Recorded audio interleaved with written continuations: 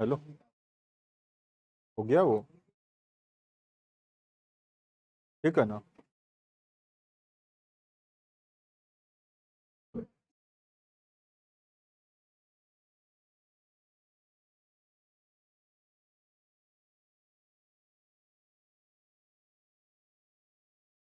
Online students check your audio in video.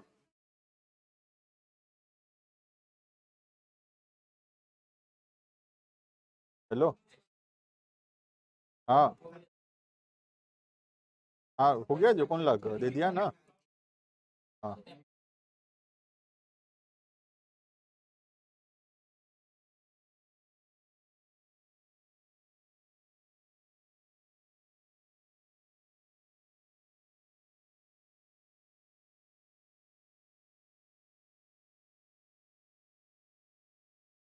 Point number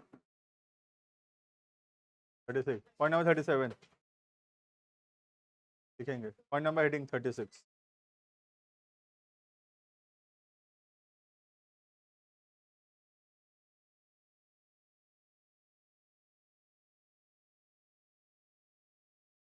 अभी वो सब टर्म्स चल रहा है, बेसिक टर्म्स। अकाउंट इक्वेशन पहुंचने में, इक्वेशन पहुंचने में और 4-5 क्लास लगेगा अभी। तो ये 2 हफ्ता लगेगा सोचो, ये वीक, नेक्स्ट वीक और उसका नेक्स्ट वीक। हाँ, अराउंड, हाँ। 10 जुलाई के बाद जो वीक स्टार्ट होगा उसी समय जो मंडे स्टार्ट होगा वहाँ।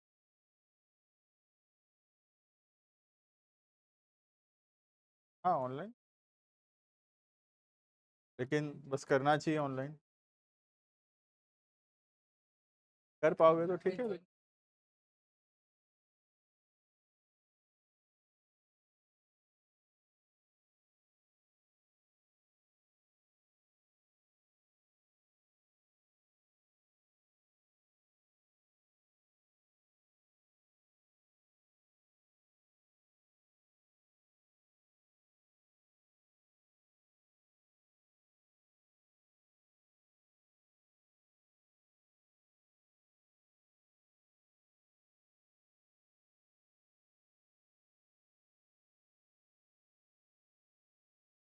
है का?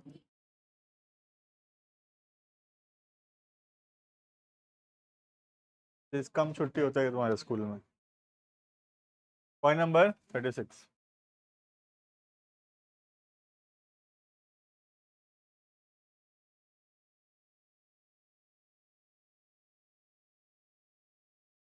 और ज़्यादा नहीं बचा है, थोड़ा सा बचा है।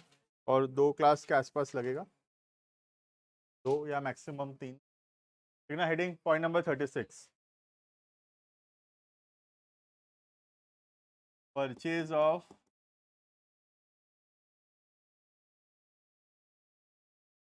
Fixed assets.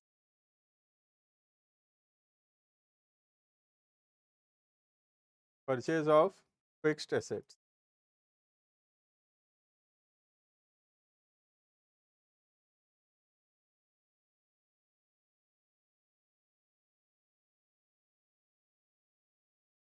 Point number A. Heading है point number 36, related to purchasing a fixed asset. जैसे कोई मशीनरी हम खरीदे, कंप्यूटर खरीदे, एसी खरीदे, ठीक है, बिल्डिंग खरीदे, ज़मीन खरीदे, तो ये सब का क्या अकाउंटिंग एंट्री होगा? राइट, देखना। पहला, purchase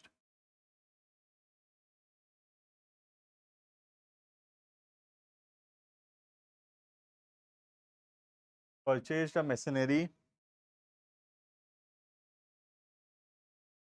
worth 40,000 by cheque. Purchase a machinery worth 40,000 by check.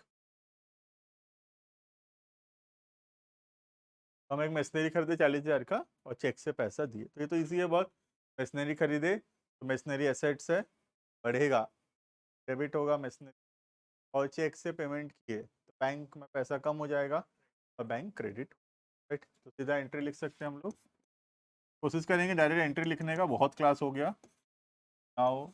ना तो आना चाहिए तुमको डायरेक्टली एंट्री लिखना। So the entry is machinery account debited to bank account.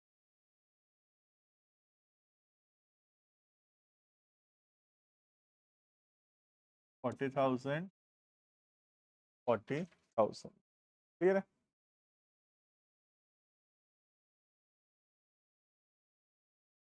Point number B,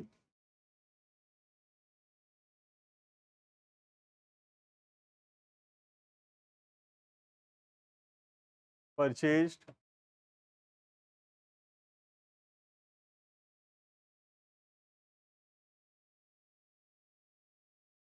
a machinery worth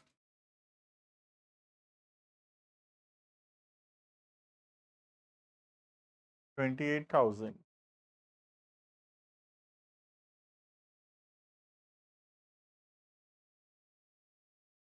and $2,000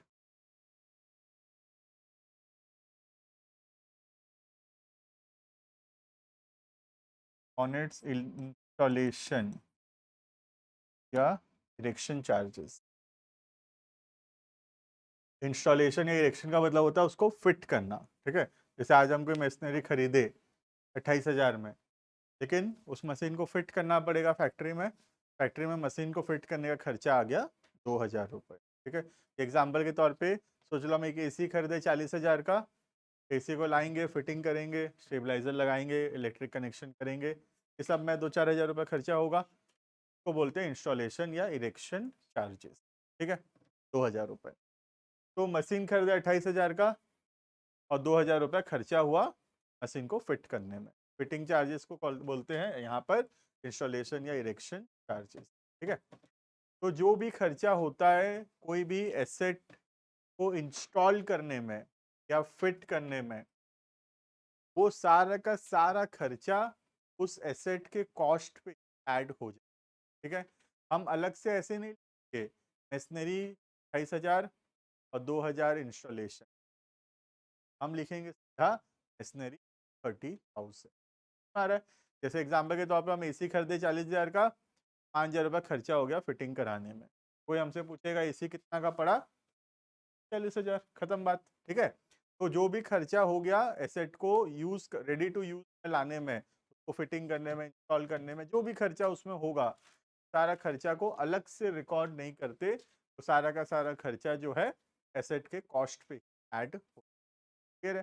तो मैं एसी खरीदा सोच लो 40,000 का, रास्ता में ट्रांसपोर्टेशन चार्जेस दिया, दुकान से यहाँ तक लेकर आऊँगा भाड़ा दिया 1,000 रुपया, फिर यहाँ पे इंस्टॉल कराया 4,000 रुपया, तो सब मिला के टोटल कितना पड़ा, क्या लिखूंगा, कैश 45 है। वैसे यहाँ पर भी डायरेक्ट लिखेंगे टू कैश इज 30। क्लियर है? समझ में आ गया? 28,000 अलग और 2,000 अलग, क्या लिखेंगे,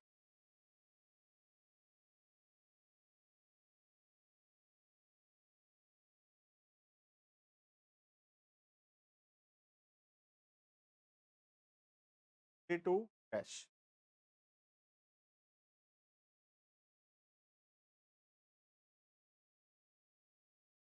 1030।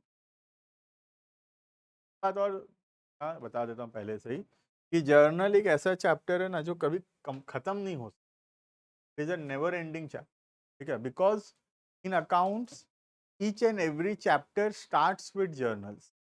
जितना अकाउंट्स में चैप्टर है क्लास 11th में, क्लास 12 फाउंडेशन में, फाइनल में, या कोई भी और कोर्स कर लो, जहाँ पर भी अकाउंट्स पढ़ते हैं, हर अकाउंट्स का जो चैप्टर होता है वो स्टार्ट होता है जर्नल से। जर्नल तो कभी खत्म हो ही नहीं सकता, समझ रहे हो? जितना चैप्टर होता है दुनिया में अकाउंट्स में, सारा चैप्टर में स्टार्टिंग जर्नल ही होता है, ठीक है। जर्नल पहला स्टेप है उस चैप्टर का, जर्नल पढ़ोगे तो फिर वो चैप्टर समझ, ठीक है। तो हम कितना जर्नल यहाँ पढ़ रहे हैं ना, हमारे बुक में दिया है द चैप्टर ऑफ जर्नल्स, ठीक है। हमारे बुक में टीएस ग्रेवाल में या एनसीईआरटी में जितना जर्नल्स दिया है मैं उतना कवर कर रहा हूँ, ठीक है। ऐसा नहीं मतलब खत्म नहीं हो सकता, बोलने का मतलब है ना। मैं 50 तो लिखा दिया और 500 तो बचा होगा अभी, ठीक है। बट हम उतना पढ़ रहे हैं जर्नल्स जितना हमारे बुक में जो जर्नल का चैप्टर है उसका सारा क्वेश्चन, एक्सरसाइज का सारा क्वेश्चन दे रही है, एग्जाम में भी उतना आएगा जितना बुक में, ठीक है। बाकी हम जर्नल जिंदगी भर जर्नल पढ़ते रहेंगे कि कोई भी चैप्टर शुरू होगा, आज 12th में एक चैप्टर में शुरू किया, अभी जस्ट जर्नल पढ़ाया हूँ, तो जर्नल हमेशा पढ़ेंगे, जो चैप्टर हम पढ़ेंगे हर चैप्टर हमेशा शुरू होगा फ्रॉम जर्नल, ठीक है। तो इतना इंपॉर्टेंट चैप्टर है कि सब कुछ हर एक चैप्टर अकाउंट्स का स्टार्ट जर्नल से ही हो, ठीक है। Next point number 3,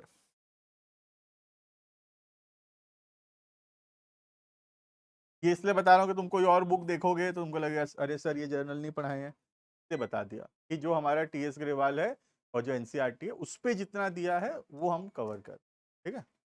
next point number C,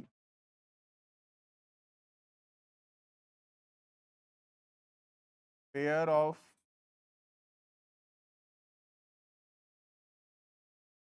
2000, repair of machinery 2000,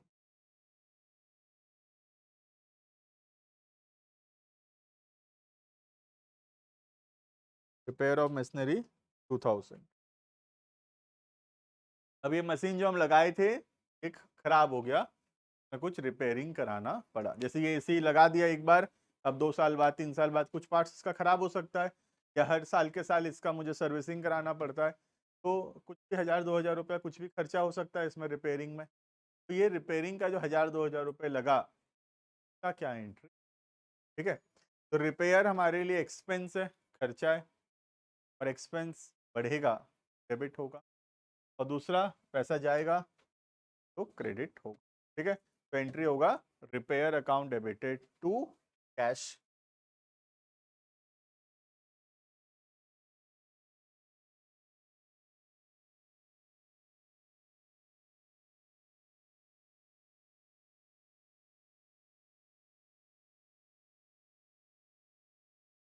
बता रहा हूँ, जो खर्चा हम एक बार करते हैं, ठीक है, जैसे इंस्टॉलेशन, वो खर्चा एक बार हुआ, एक बार ऐसे फिट हो गया, ठीक है, वो सारा खर्चा हम मशीन में ऐड कर दिए, ठीक है। लेकिन रिपेयर एक ऐसा खर्चा है जो ऑलमोस्ट एवरी ईयर होगा, कभी कुछ खराब होगा, कभी कुछ खराब होगा। रिपेयर एक रेकरिंग खर्चा है, वो बार बार होता रहेगा, ठीक है।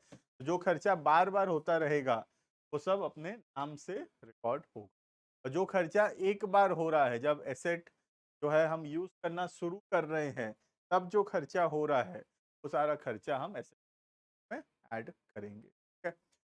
कॉन्सेप्ट यहाँ पे जो काम आ रहा है वो है अकाउंट्स का बेसिक टर्म्स का ही टॉपिक, नाम है एक्सपेंडिचर। हम पढ़े थे 2 टाइप का मेन होता है, तीसरा डेफर्ड रेवेन्यू होता है, उसको छोड़ देते हैं। मेनली 2 टाइप का होता है, एक होता है कैपिटल एक्सपेंडिचर और दूसरा था रेवेन्यू। कैपिटल एक्सपेंडिचर का मतलब था वो खर्चा जो हम एक बार करेंगे और उसका बेनिफिट हमको सालों साल तक मिलता रहेगा, ऐसे खर्चों को बोलते हैं कैपिटल एक्सपेंडिचर। और रेवेन्यू एक्सपेंडिचर वो खर्चा था जो रेकरिंग होता है, जो खर्चा बार बार करना पड़ता है, ऐसे खर्चों को बोलते हैं रेवेन्यू एक्सपेंडिचर, ठीक है। ये मशीन खरीदना, उसका इंस्टॉलेशन कराना, ये कैपिटल एक्सपेंडिचर, कैपिटल एक्सपेंडिचर पर खर्चा किए, सालों साल तक बेनिफिट्स। बट मशीन का रिपेयरिंग कराना ये रेवेन्यू एक्सपेंडिचर, खर्चा बार बार करना पड़ेगा, आज कुछ खराब हुआ 6 महीना बाद कुछ और खराब हो जाएगा, 2 साल बाद कुछ और खराब हो जाएगा, रिपेयरिंग बार बार कराना पड़ेगा, तो वो रेवेन्यू एक्सपेंडिचर हो। समझ में आ रहा है? एग्जाम्पल के तौर पर से सोच ले क्लासरूम में बनाया, तो जब इसका कंस्ट्रक्शन हुआ वो कैपिटल एक्सपेंडिचर, एक बार कंस्ट्रक्शन में जो खर्चा हुआ डेट इज कैपिटल एक्सपेंडिचर। अब हर साल मैं दीवार में कलर कराता हूँ, कलर कराना इज अ रेवेन्यू एक्सपेंडिचर, खर्चा तो बार बार करना पड़ता है ना, समझ रहे हो। तो खर्चा एक बार करना पड़ेगा डेट इज कैपिटल, का बेनिफिट सालों साल तक मिलेगा, और जो खर्चा रेगुलर बेसिस पे करना पड़ेगा दैट इज रेवेन्यू, ठीक है। अब एक कैपिटल एक्सपेंडिचर है, हम सबको ऐड कर दिए जो एक बार करना पड़ा, ठीक है। अब जो खर्चा हमको बार बार करना पड़ेगा उसको अलग से रिकॉर्ड कर, क्लियर है इतना। Next point number D,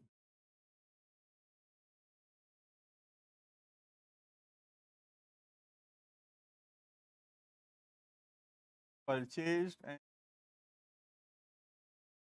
old machinery, purchased and old machinery, ये पुराना मशीन हम कर दे 12,000 में। Purchase an old machinery for 12,000 and spend 1,000 on it's repair. 3,000 रुपये हम खर्चा किए उसका रिपेयरिंग में, ठीक है।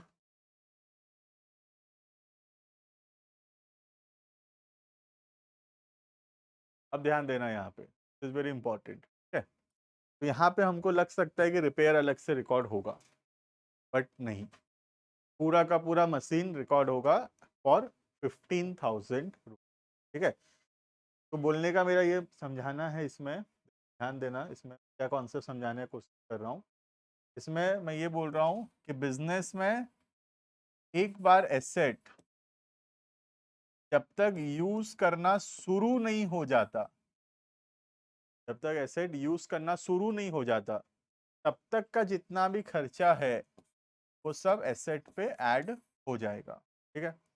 बट एक बार अगर एसेट यूज होना शुरू हो गया के बाद उसमें जो भी छोटा मोटा खर्चा होगा वो हम सेपरेटली रिकॉर्ड करेंगे, ठीक है। जैसे मैं बोला हम एसी खरीदे, तो एसी खरीदने से एसी यूज होना शुरू हो जाता। एसी खरीदा, पात्र नीड्स तो यहाँ ला के रख दिया, क्या एसी ठंडा करना शुरू कर देगा? नहीं।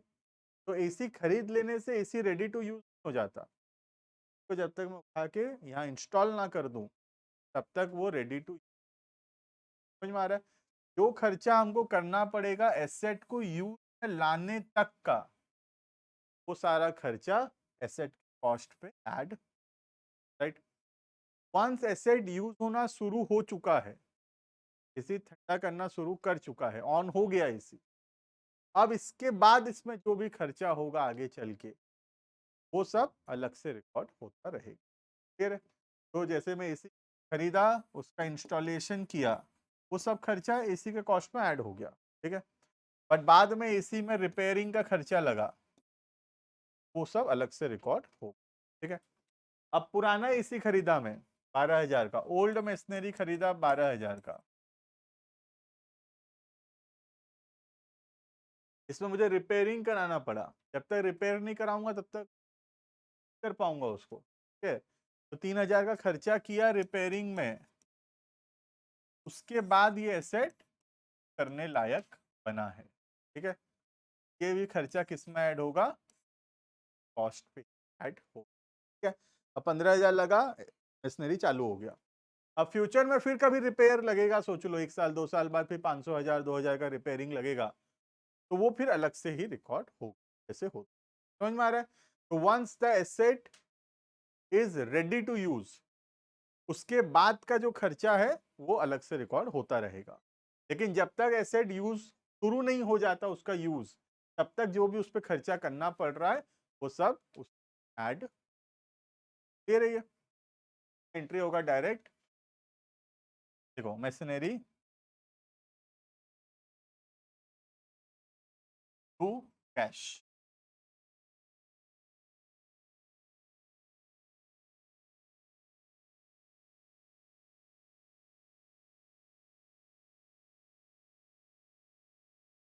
टू कैश 15,000 15,000,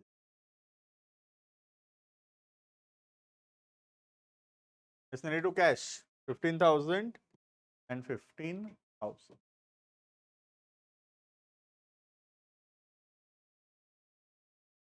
दे रही है।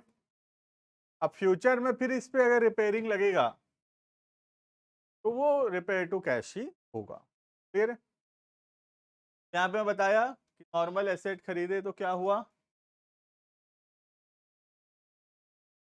टू बैंक, सेट खरीदे उस पर इंस्टॉलेशन चार्जेस पे किए, जो इंस्टॉलेशन का खर्चा हुआ सब उसी में ऐड करके सीधा रिकॉर्ड करेंगे, 28 प्लस 2 30,000, मशीनरी टू कैश 30 30, ठीक है। फिर हम पढ़े अगर एक रिपेयर कराएंगे मशीनरी का तो रिपेयर अलग से रिकॉर्ड होगा, रिपेयर टू कैश 2,000 2,000। और फिर हम पढ़े अगर एक पुराना मशीन खरीदेंगे और उस पर रिपेयरिंग कराएंगे तो वो रिपेयर में ही ऐड हो जाएगा, क्लियर है? तो this is all about point number 36, purchase of 37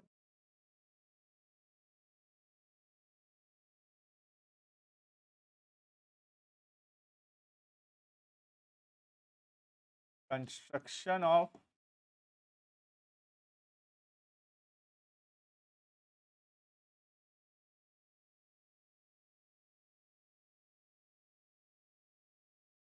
one number 37 it is related to construction of fixed asset. हम फिक्स्ड एसेट अगर कंस्ट्रक्ट कर रहे हैं, बना रहे हैं, खरीद नहीं रहे, फिक्स्ड एसेट बना रहे हैं, तो फिर का एंड हो, ठीक है। एग्जाम्पल के तौर पे सोच लो कि मैं एक बिल्डिंग बना रहा हूँ, I am making a building, ठीक है।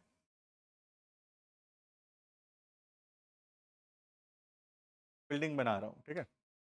अब इस बिल्डिंग में लेट्स से टोटल जो ब्रिक्स लगा that is worth 10 lakh, 10 lakh रुपए का ईटा लग गया, ब्रिक्स लग गया, ठीक है। स्टील लग गया, रॉड लग गया लेट्स से 40 लाख का, सैंड लग गया लेट्स से 5 लाख का, लेबर पेमेंट हो गया लेट्स से 30 लाख का, ठीक है।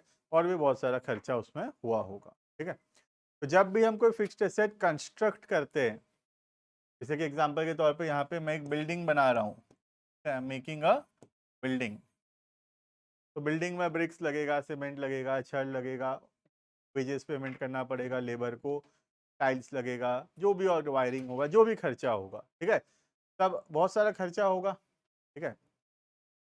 अब यहाँ पर हम हर एक खर्चे को इंडिविजुअली रिकॉर्ड ना करके हम क्या करते हैं, जो टोटल खर्चा हुआ को सीधा बिल्डिंग के नाम से रिकॉर्ड करेंगे। लेट्स से टोटल मिला के कॉस्टेड 1 करोड़, ठीक है। तो हम सीधा लिखेंगे building account debit 1 crore to cash.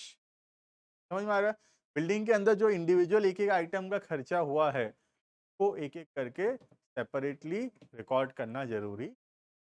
हाँ, हमारे जानने के लिए हम 1 करोड़ का डिटेल अपने पास रखेंगे कि कहाँ कहाँ कितना कितना लगा, that is a different thing. But in accountancy there is no need to write अलग अलग आइटम्स का कितना कितना रुपए लगा है। समझ में आ रहा है? तो टोटल हम कितना रुपए लगाए सब मिला के that we will write accounts, हम अकाउंट्स में उसको डायरेक्टली, क्लियर है? तो हम जो भी फिक्स्ड एसेट बनाएंगे उस फिक्स एसेट के बनाने में टोटल जो भी खर्चा होगा वो सारे के सारे खर्चे को ऐड करके एक साथ को फिक्स एसेट नाम से डेबिट करेंगे। जैसे बिल्डिंग है तो बिल्डिंग अकाउंट डेबिट, मशीनरी बना रहे हैं मशीनरी अकाउंट डेबिट, फर्नीचर बना रहे हैं furniture account debit to cash. जो खर्चा हुआ मिला के टोटल खर्चा एक साथ लिख, समझ में आ रहा है? बिकॉज अकाउंटेंसी का ऑब्जेक्टिव क्या है, जो उसके ओनर हैं उनको समझ में आए क्या क्या हुआ है, ठीक है।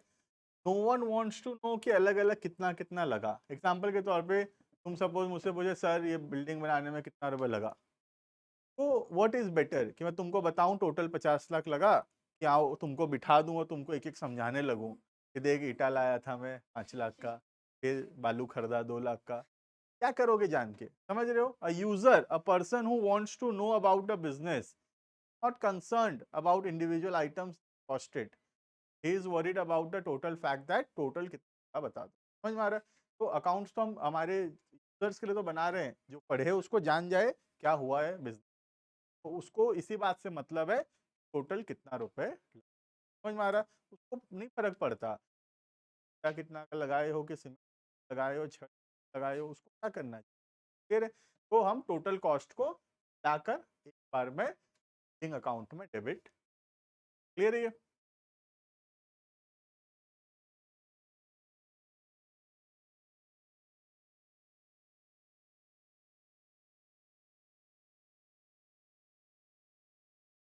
All the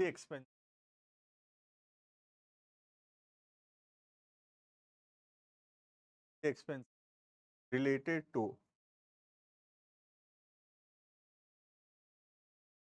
all the expenses related to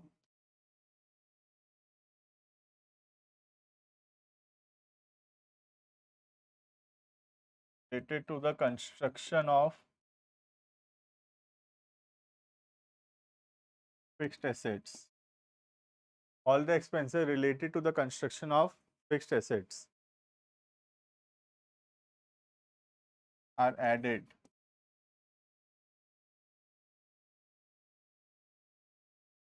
debited to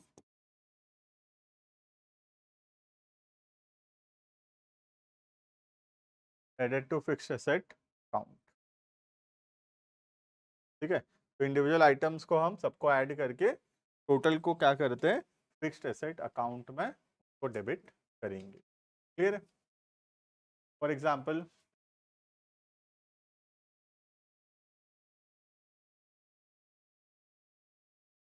for example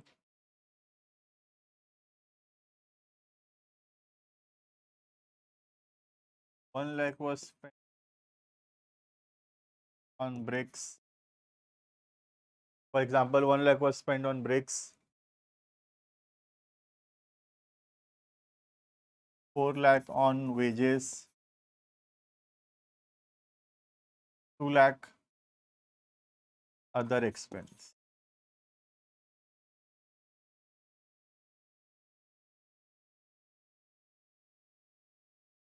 On construction of building. तो बिल्डिंग बनाने में 4 लाख का वेजेस लगा, 1 लाख का ब्रिक्स लगा, बाकी खर्चा और 2 लाख हुआ. ठीक है, तो जर्नल एंट्री विल बी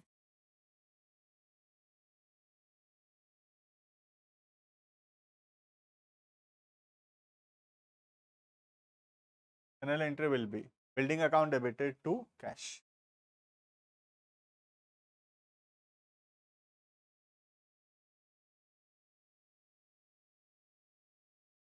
ठीक है, सीधा लिखेंगे बिल्डिंग टू कैश. 1 4 5 और 2.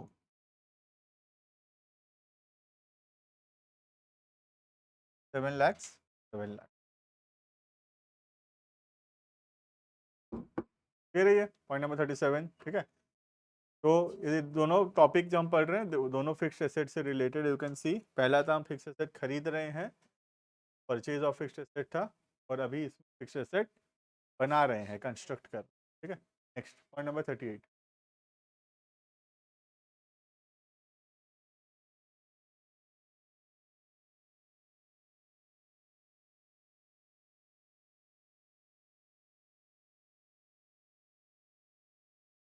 Point number 38 heading depreciation.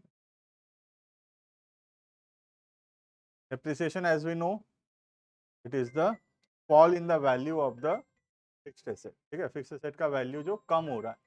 अब रीजन कुछ भी हो सकता है उसका. ठीक है, या तो यूज कर लिए, पुराना हो गया, एक्सीडेंट हो गया, ऑब्सोलेंस हो गया, कोई भी रीजन. ठीक है, रीजन इज नॉट इम्पॉर्टेंट. ठीक है, आज सोच लो मैं एक मशीनरी खरीदा 50,000 रुपए का, मैं लिख दिया मशीनरी टू कैश 50,000 50,000. ठीक है, अब अगर मैं उसको 1 साल यूज कर लिया, का वैल्यू कम हो गया, तो ये जो मशीन का वैल्यू कम हो गया 1 साल यूज करने के वजह से, this is called as depreciation. Right, depreciation simply means fall in the value of the fixed asset का वैल्यू कम हो रहा है. ठीक है, तो एंट्री क्या होगा देखना. डेप्रिसिएशन हमारे लिए क्या है, एक्सपेंस है, खर्चा है, नुकसान है हमारे लिए. हमारा फिक्स एसेट का वैल्यू अगर कम हो रहा है, हमारे लिए नुकसान है वो. और कोई भी चीज़ अगर हमारे लिए एक्सपेंस है और वो बढ़ेगा तो डेबिट होगा, तो डेप्रिसिएशन डेबिट होगा. और फिक्स एसेट का वैल्यू कम हो रहा है, तो फिक्स एसेट एसेट है, तो machinery is an asset, asset का वैल्यू कम हो रहा है, तो एसेट अगर कम होगा it will be credited. Right, तो एंट्री होगा depreciation account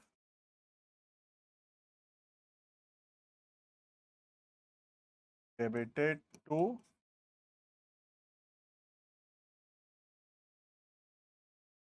fixed assets account. Depreciation account debited to fixed asset account.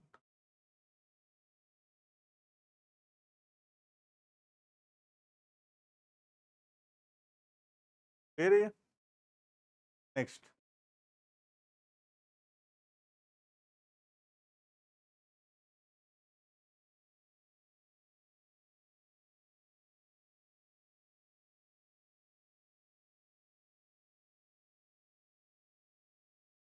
Next 39 sale of fixed asset.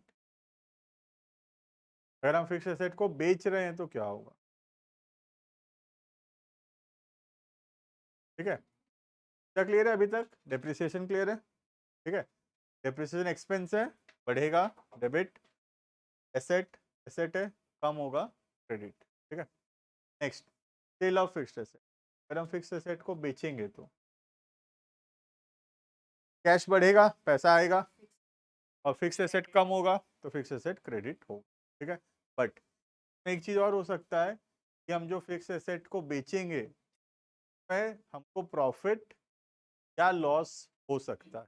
ठीक है, जनरली लॉस होगा, जनरली कि ज़्यादातर फिक्स एसेट का वैल्यू कम हो जाता है over a period of time. ठीक है, मैं तो जो टेबल खरीदा 4,000 में, तो 5 साल बाद बेचूंगा तो 4,000 से कम ही में ही बिकेगा, ये लॉस होने का चांसेस ज़्यादा है। ठीक है, बट जमीन जमीन सोच 1 लाख का खरीदा, 5 साल बाद बेचूंगा तो ज़्यादा में बिके, प्रॉफिट हो सकता है ना। तो सारा फिक्स एसेट में लॉस होगा ऐसा जरूरी नहीं। There is one fix asset जमीन लैंड का वैल्यू एप्रिशिएट होता है। डेप्रिशिएट का उल्टा, डेप्रिशिएट होता है मतलब कम होता है, और एप्रिशिएट मतलब बढ़ता है। ठीक है, तो सारा फिक्स एसेट्स का वैल्यू कम होता है एक्सेप्ट लैंड। बिल्डिंग का वैल्यू भी कम होता है ना, जैसे ये जो बिल्डिंग है इसका वैल्यू कम हो रहा है, लेकिन ये जो बिल्डिंग जिस जमीन पे बना है, जमीन का वैल्यू कभी कम नहीं हो सकता, जमीन का वैल्यू हमेशा एप्रिशिएट। तो हमको फिक्स एसेट बेचते समय प्रॉफिट या लॉस भी हो सकता है। ठीक है, अगर लॉस होगा तो लॉस एक्सपेंस है, डेबिट होगा, और अगर प्रॉफिट होगा, प्रॉफिट रेवेन्यू है, रेवेन्यू बढ़ेगा तो क्रेडिट। ठीक है, तो कैश और इन्वेंटरी तो हो गई, साथ ही साथ लॉस या प्रॉफिट भी एंट्री। पैसा आएगा कैश या बैंक अकाउंट, डेबिट। तो क्लियर है, कैश बैंक डेबिट होगा क्योंकि पैसा आएगा, फिक्स एसेट बेचेंगे, पैसा आएगा, कैश बैंक डेबिट होगा। एक लाइन छोड़ देना है, मशीनरी जाएगा,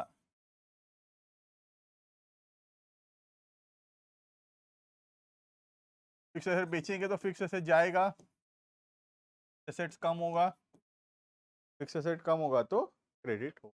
ठीक है, अब इसमें लॉस या प्रॉफिट कुछ भी हो सकता है। लॉस होगा तो डेबिट होगा, loss on sale of fixed asset, 4 mark दे देना। 2 gain on sale of fixed asset account, 4 mark.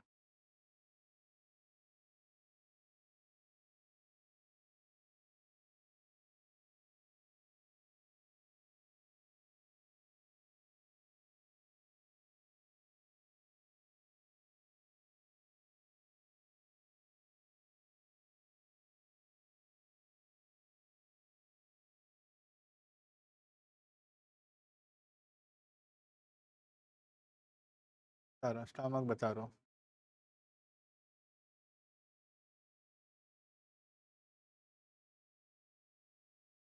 Star mark का मतलब होता है दोनों में से कुछ एक आएगा, या तो लॉस होगा या तो प्रॉफिट, एक ही होगा ना। सोच लो आज मैं एक एसी बेचा, कम में बेचूंगा तो लॉस होगा, ज्यादा में बेचूंगा तो प्रॉफिट होगा। ठीक है, तो स्टार मार्क का मीनिंग ये है कि ये जो दो आइटम लिखा हुआ है लॉस और गेन, ये कोई भी एक आएगा, दोनों नहीं आ सकता एक बार में। अगर सोच लो जमीन है, ज्यादा में बेच रहा हूँ तो प्रॉफिट होगा, लॉस नहीं होगा मतलब। ठीक है, या सोच लो मशीनरी बेच रहा हूँ तो लॉस हो रहा है तो प्रॉफिट नहीं हो रहा है, तो दोनों में से कोई भी एक आएगा, या तो लॉस आएगा या तो प्रॉफिट। ठीक है, तो स्टार मार्क का मतलब आगे भी बहुत बार काम आएगा।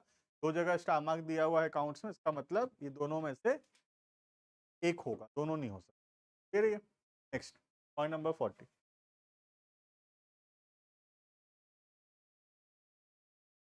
पॉइंट नंबर 40 ये कंप्लीट हो गया related to fixed asset. Next point number 40, goods withdrawn,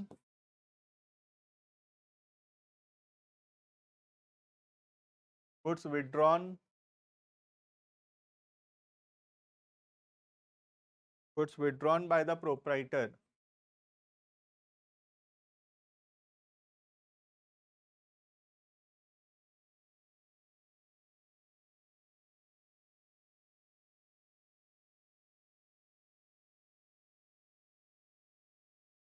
withdrawn by the proprietor for personal, जगह में लिख देना cost price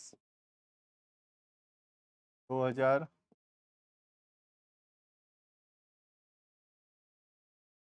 selling price 2500।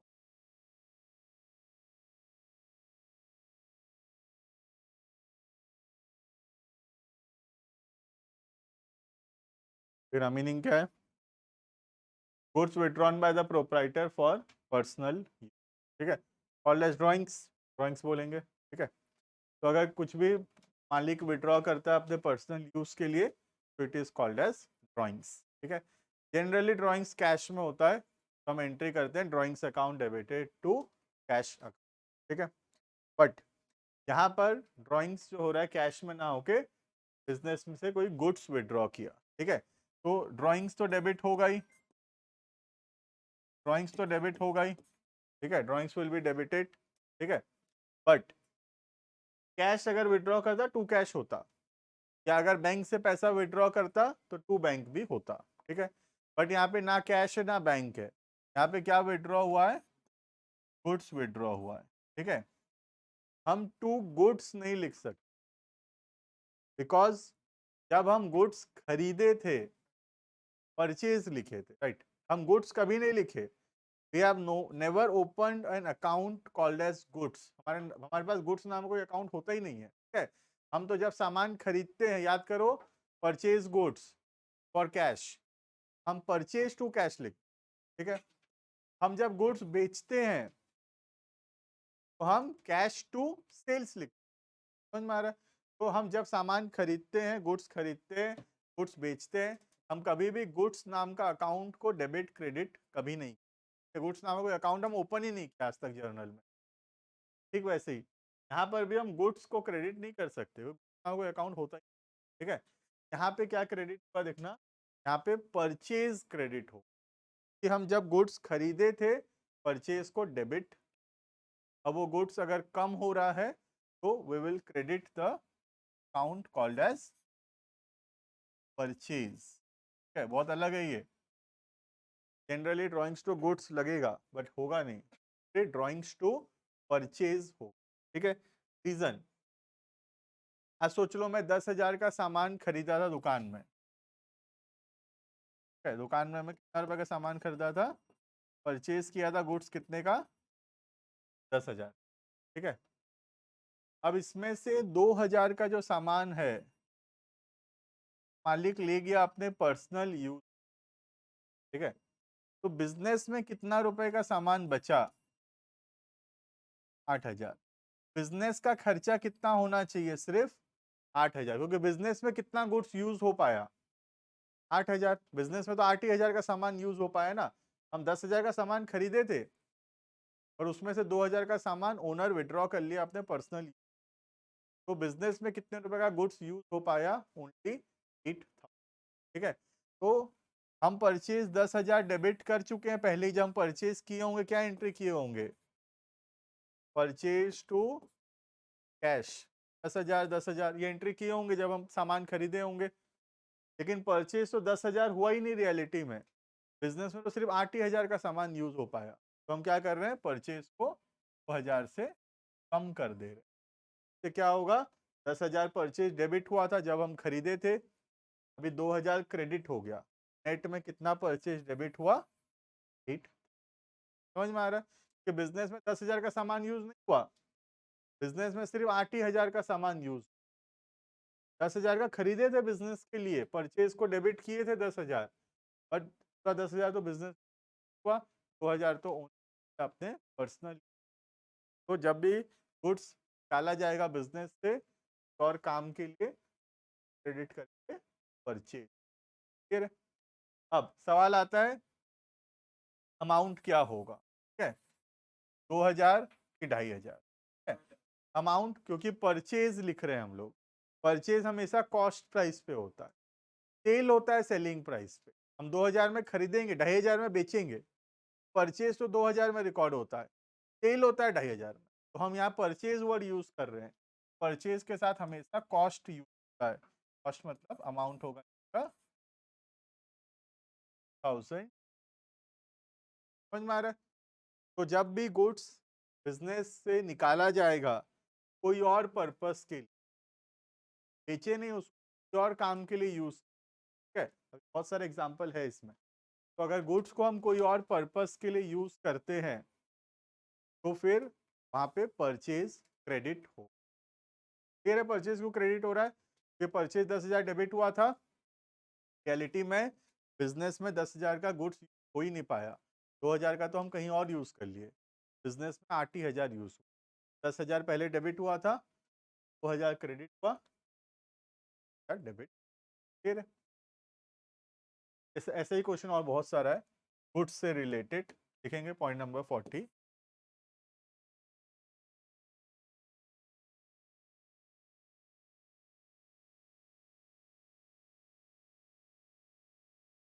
Goods worth 5,000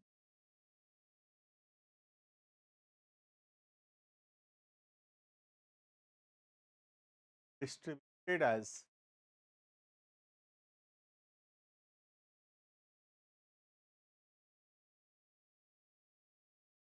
free sample,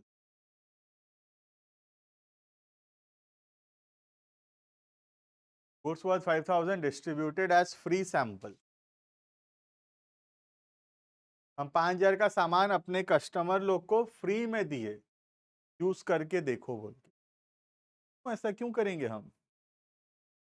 advertisement के लिए, मार्केटिंग के लिए। सोच लो मेरा बेकरी का दुकान है, जो कस्टमर आता है उसको मैं एक पीस केक टेस्ट कराता हूँ, खा के देखो, या एक पीस चॉकलेट उसको, जो मैं हैंडमेड चॉकलेट एक तो टेस्ट करा रहा हूँ उसको। Why? Because I am thinking कि एक खाएगा, क्या लगेगा, पसंद आएगा, he will buy it. Right, यही तो इंटेंशन है। क्या इंटेंशन? फ्री में थोड़ी खिलाने बैठे हैं, फ्री में खिला क्यों रहे हैं? बिकॉज ये उम्मीद से कि सामान खरीदेगा हमसे, राइट। तो the intention of giving something as a free sample is purely advertisement. हम अपना प्रचार कर रहे हैं, एडवर्टाइजमेंट, ठीक है। तो 5,000 का सामान अगर हम फ्री में दे रहे हैं अपने कस्टमर्स को, तो वो इंटेंशन हमारा क्या है उसमें? हमारा इंटेंशन उसमें एडवर्टाइजमेंट करना है, ठीक है। तो एडवर्टाइजमेंट हमारे लिए एक्सपेंस है, एडवर्टाइजमेंट क्या हमारे लिए खर्चा है। तो if something is an expense it is debited. अब पैसा खर्चा करते तो टू कैश होता, बैंक से पैसा लगाते तो टू बैंक होता, लेकिन गुड्स दे रहे हैं, गुड्स दे रहे हैं तो टू पर्ची। समझ में आ रहा है? ऐसा ही सेम लॉजिक से परचेज कम हो रहा है, ठीक है, क्योंकि गुड्स कोई और काम में यूज हो रहा है, सेल करने में यूज नहीं हो रहा, प्रचार करने में यूज हो रहा है, एडवर्टाइजमेंट करने में यूज, ठीक है। तो परचेज को हम कम करें, फिर जैसे यहाँ पर भी परचेज को कम किए कि गुड्स कोई और पर्पस, वैसे यहाँ पर भी गुड्स को कम किए, गुड्स कोई और पर्पस के लिए, ठीक है। तो गुड्स अगर फ्री सैंपल में दे रहे हैं हम लोग, एंट्री क्या होगा? Advertisement to. फिर point number 42,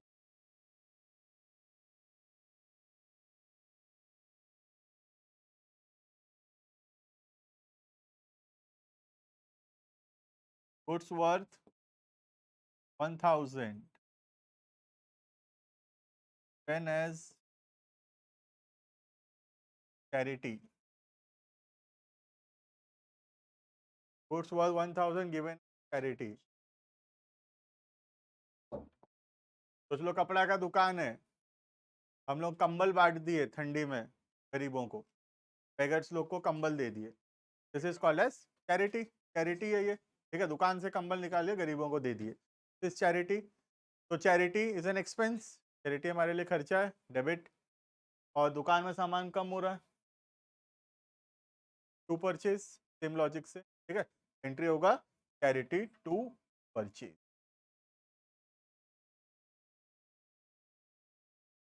there is a difference between free sample and charity, है कि नहीं डिफरेंस? हम अपने कस्टमर को फ्री में दे रहे हैं और गरीबों को फ्री में दे रहे हैं, फर्क है दोनों, है ना। कस्टमर को फ्री में दे रहे हैं ये सोचकर कि वापस आएगा, पसंद आएगा तो खरीदेगा हमसे, है ना। कंबल हम गरीबों को फ्री में दे रहे हैं ये सोच के नहीं कि ओढ़ेगा अच्छा लगेगा तो दूसरा लेने आएगा।